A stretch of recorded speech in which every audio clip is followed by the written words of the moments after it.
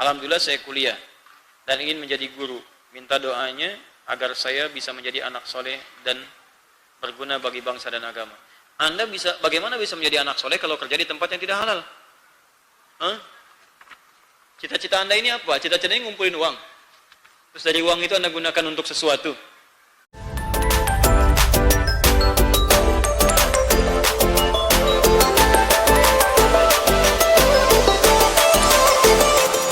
Jadi kalau Anda bisa dapatkan di tempat yang halal, kenapa cari tempat yang tidak halal? Nah, tapi kalau memang sudah ada di tempat ini, ya nanti kita baca dulu sampai selesai, nanti kita cari solusinya. Dan saya berencana meninggalkan pekerjaan ini setelah cita-cita saya tercapai. Alhamdulillah saya kuliah dan ingin menjadi guru. Minta doanya agar saya bisa menjadi anak soleh dan berguna bagi bangsa dan agama.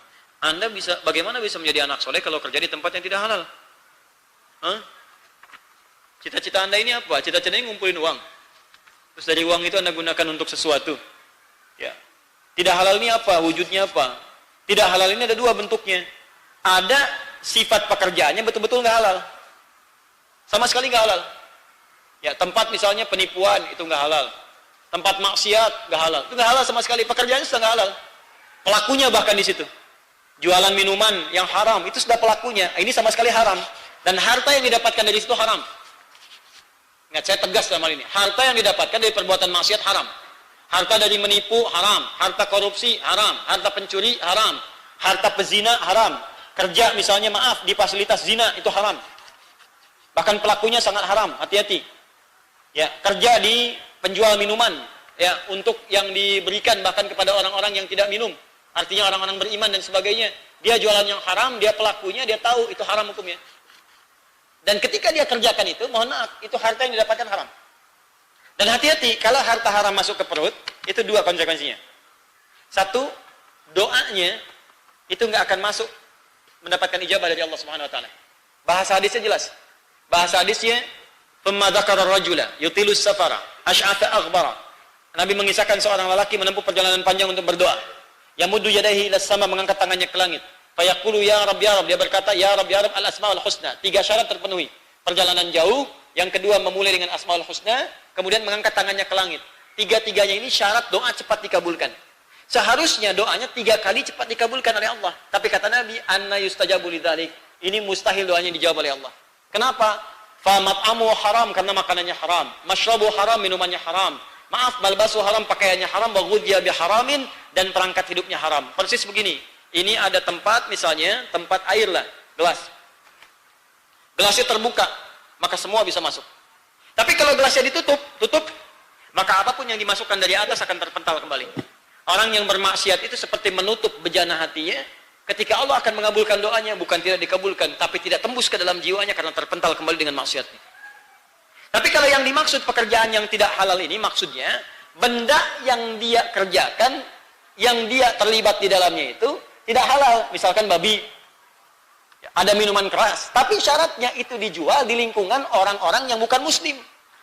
Misal, Anda kerja di Jepang, di Cina, belum dapat pekerjaan lain, yang ada cuma jualan di babi itu, peluang yang lain nggak ada. Kalau Anda nggak kerja di situ sementara waktu, maka kehidupan Anda menjadi terancam. Ya, maaf, bekal hidup nggak ada, bekal kemudian perjalanan nggak ada, maka Anda bekerja di situ untuk sementara waktu, itu boleh hukumnya. Boleh, karena Anda menjual itu bukan untuk komunitas yang diperkenankan untuk bisa mengkonsumsi itu. Jualannya kepada siapa? Anda tinggal di Cina, jualan babi untuk orang Cina saja, bukan untuk yang muslim. Itu boleh, untuk sementara waktu sambil mencari pekerjaan lain yang lebih baik. Paham seperti ini? Nah, kalau di Indonesia ini kan banyak. Ya, maka saya sarankan daripada Anda terlibat misalnya jualan minuman. Minumannya haram, tapi yang beli ada orang Islam juga. Dia dapat itu karena fasilitas Anda di situ sebagai penjualnya, maka haram hukumnya. Gak boleh. Cari tempat yang lain. Kalau ini darurat karena memang tidak ada yang lain, maka sambil mencari, cari, kemudian Anda tinggalkan yang ini seketika. Jangan bangga dengan pendapatannya. Karena maksiat sebesar apapun tetap haram hukumnya. Ya, rezeki kita sudah teratur. Anda kerjakan yang lain pun akan dapat serupa jumlahnya. Kenapa mengejar yang haram? Allah Ta'ala alam bissawab. Saya doakan sampai menangis darah pun. Kalau Anda masih begini, ini belum tentu bisa masuk. Nah, tapi saya belum tahu sifatnya seperti apa pekerjaannya. Allahu a'lam. Ya, Allahu a'lam bissawab.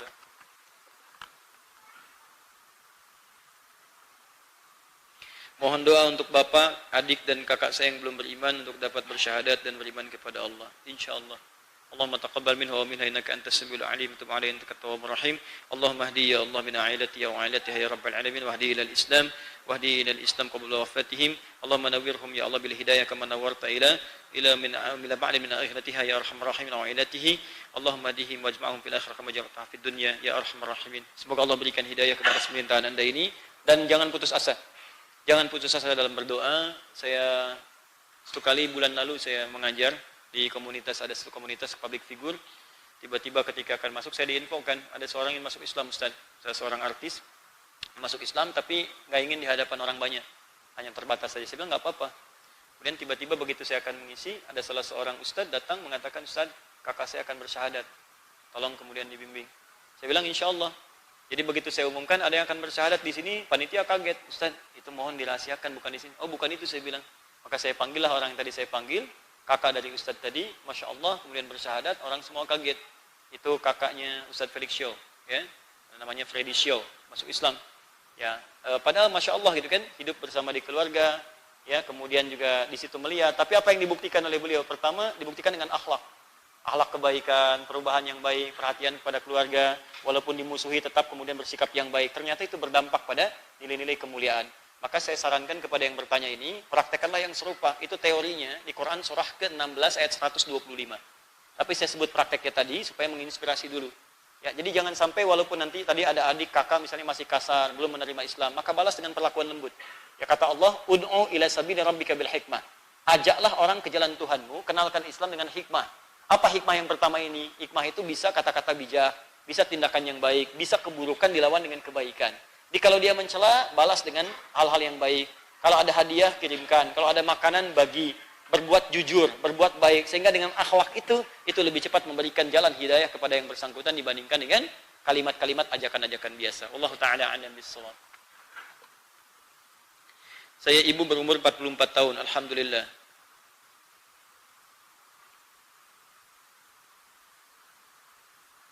Saya kagum dan suka banget sama Pak Ustadz karena ilmunya yang luar biasa. Apakah saya berdosa kalau saya punya rasa seperti itu?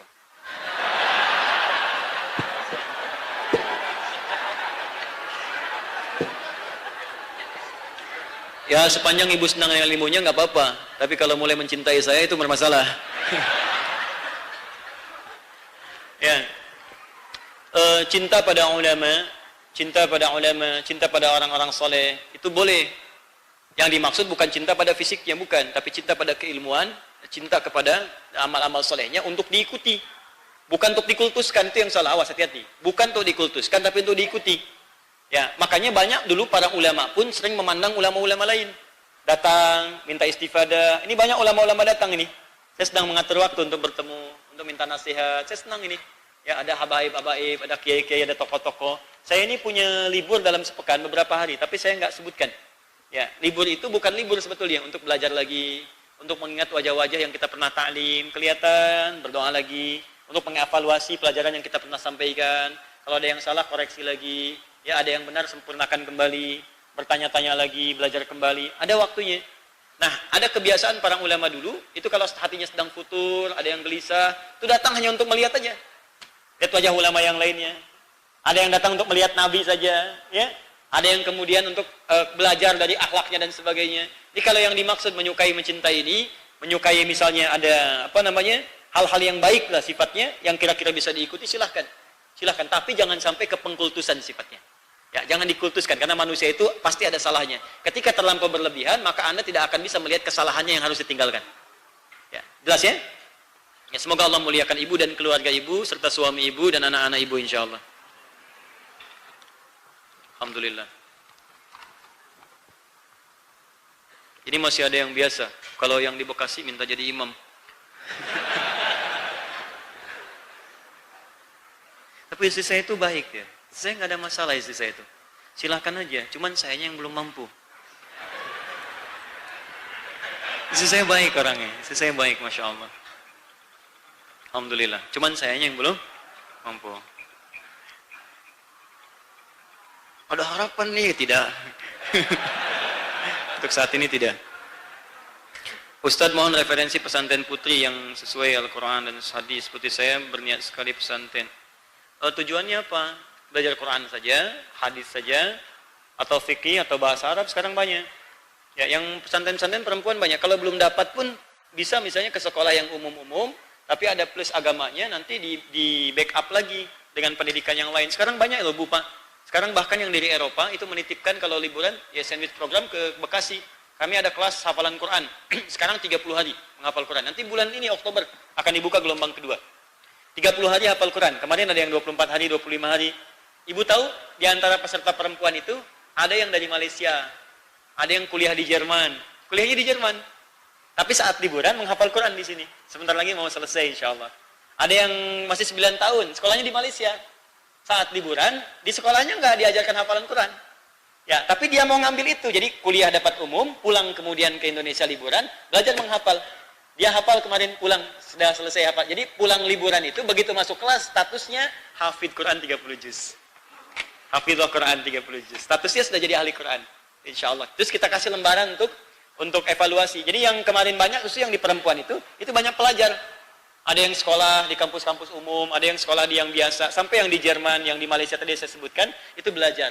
Nah, kalau memang ingin spesifik ke pesantren, cari apa tujuannya. Kalau tujuannya Al-Quran, maka cari pesantren yang spesifik ke Quran.